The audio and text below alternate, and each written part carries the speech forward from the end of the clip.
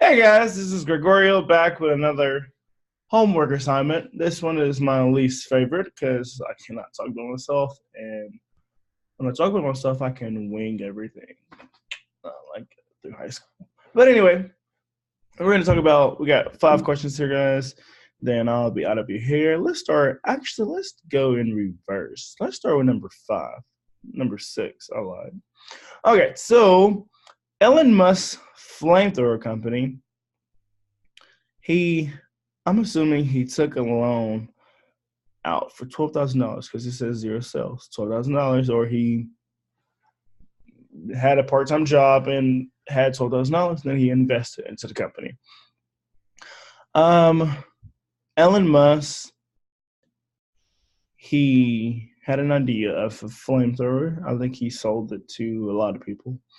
But his breaking point, he started out with 12,000.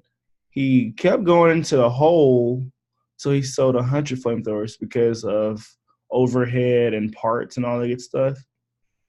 And then after he sold hundreds, he started going back up. He started paying his bills and stuff like that to make him go in the green. And then at 220, actually 203, he broke even and he made $390.31. $390.31. Then after that, it was game on from then. He started making money, business started booming.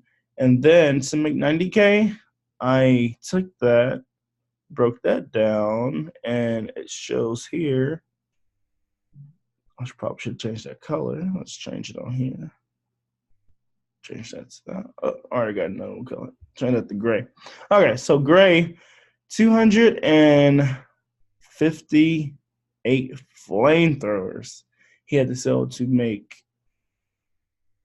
90K. Change that color to gray as well. Go back. Let's not change it to gray. But you know, that is 90K mark. I'm assuming that he took out $12,000. Yeah, I already said that. Let's go to number 5. Sleep number of hours with Duke University scholars.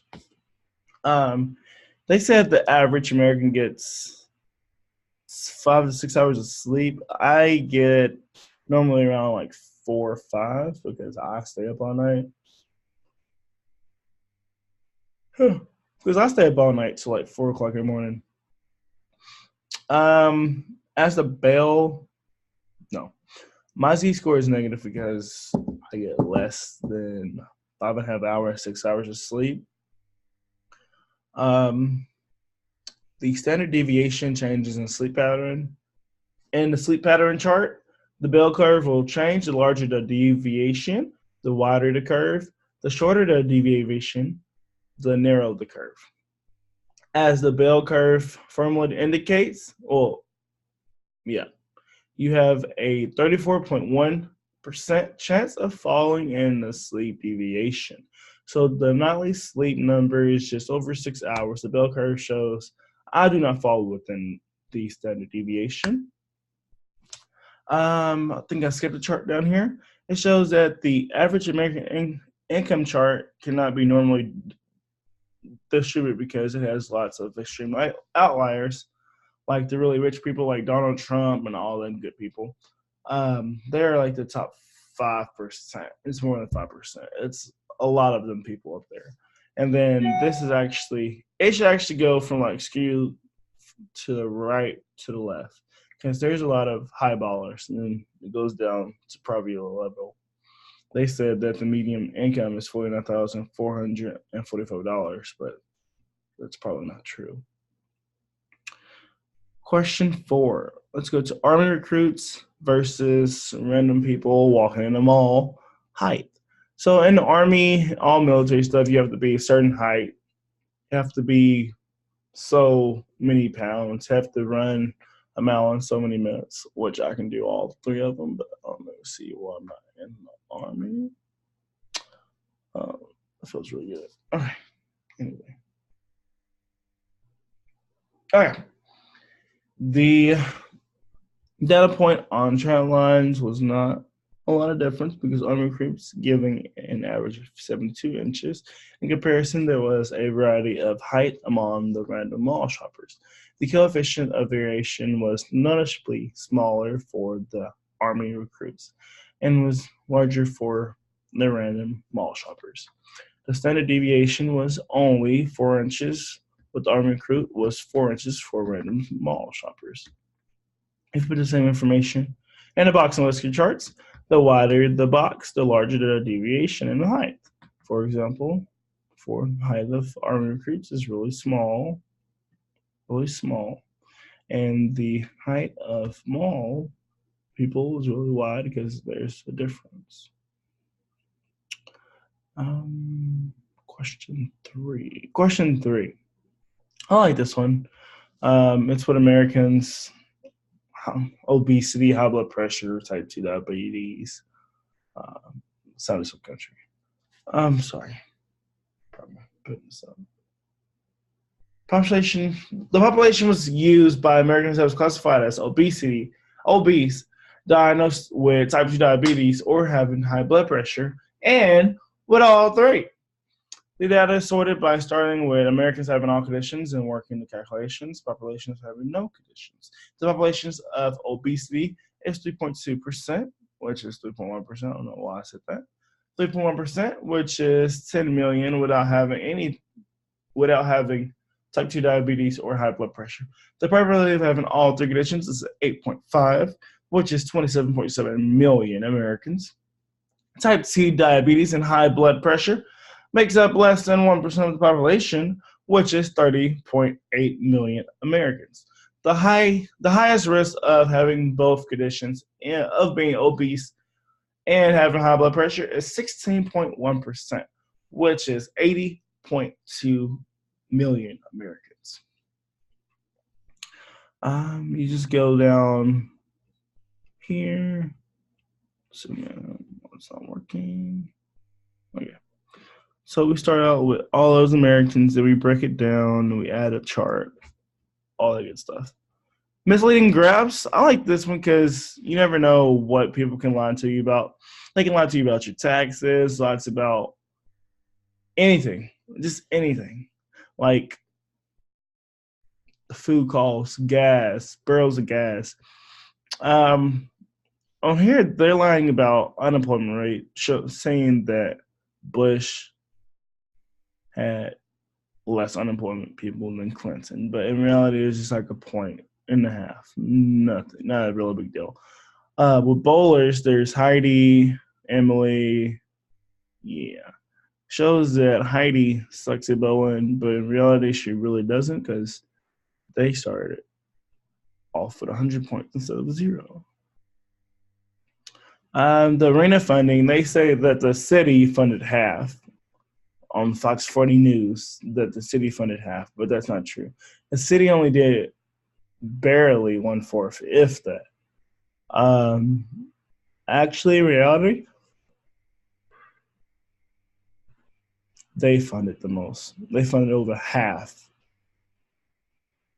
Well, no, actually, back that up. Actually, the city, they said that the city funded half, but the city actually funded over half. So Fox 40 News is lying to the public about how much the city actually funded. With this chart, they said that this company here did 4.5%, which is showing that they did a large portion, but it's really not a large portion. It's just the smallest portion. They just put it in the middle to make it look like they really did something. You find the circumference of a circle, find the circumference of that smaller circle, and it gets you all the good stuff over there. Graphs can be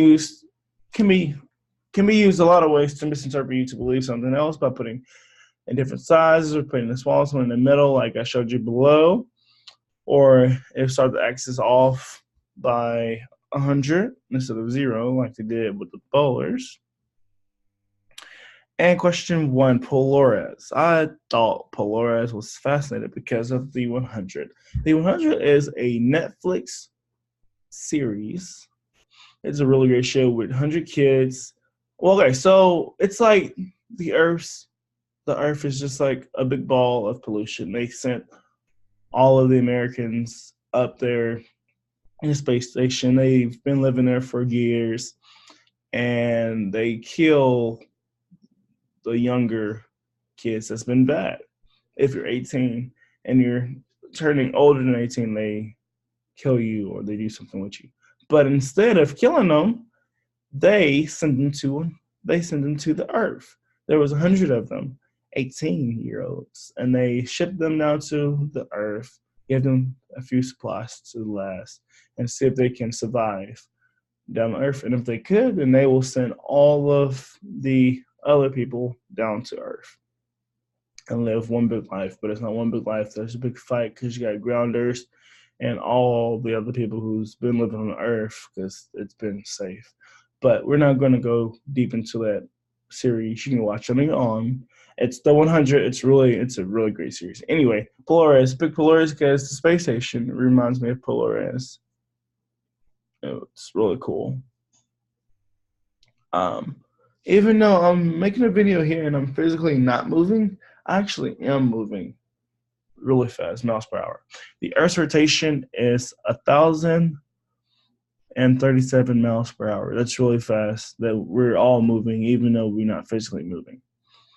Really wasn't too fascinated about this homework, especially question 1, because I'm really not really big on stuff like that. But week 4, I'm really excited about because it's like all kind of stuff that I will use in my life.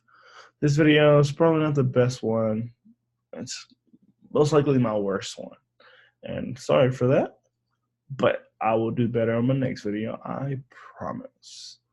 Once again, you guys have a great day, and thank you for tuning in with Gregorio. See you later. Bye-bye.